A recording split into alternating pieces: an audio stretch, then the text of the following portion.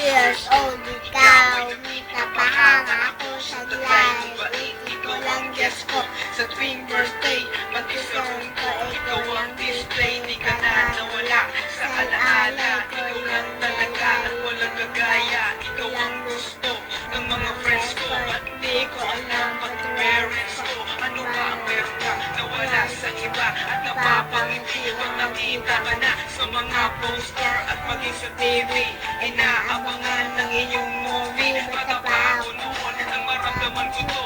Ayoko ng iba, ikaw ang gusto ko. At sa aamin ito, maniwala ka. Mas gusto kita kaysa kay Tama.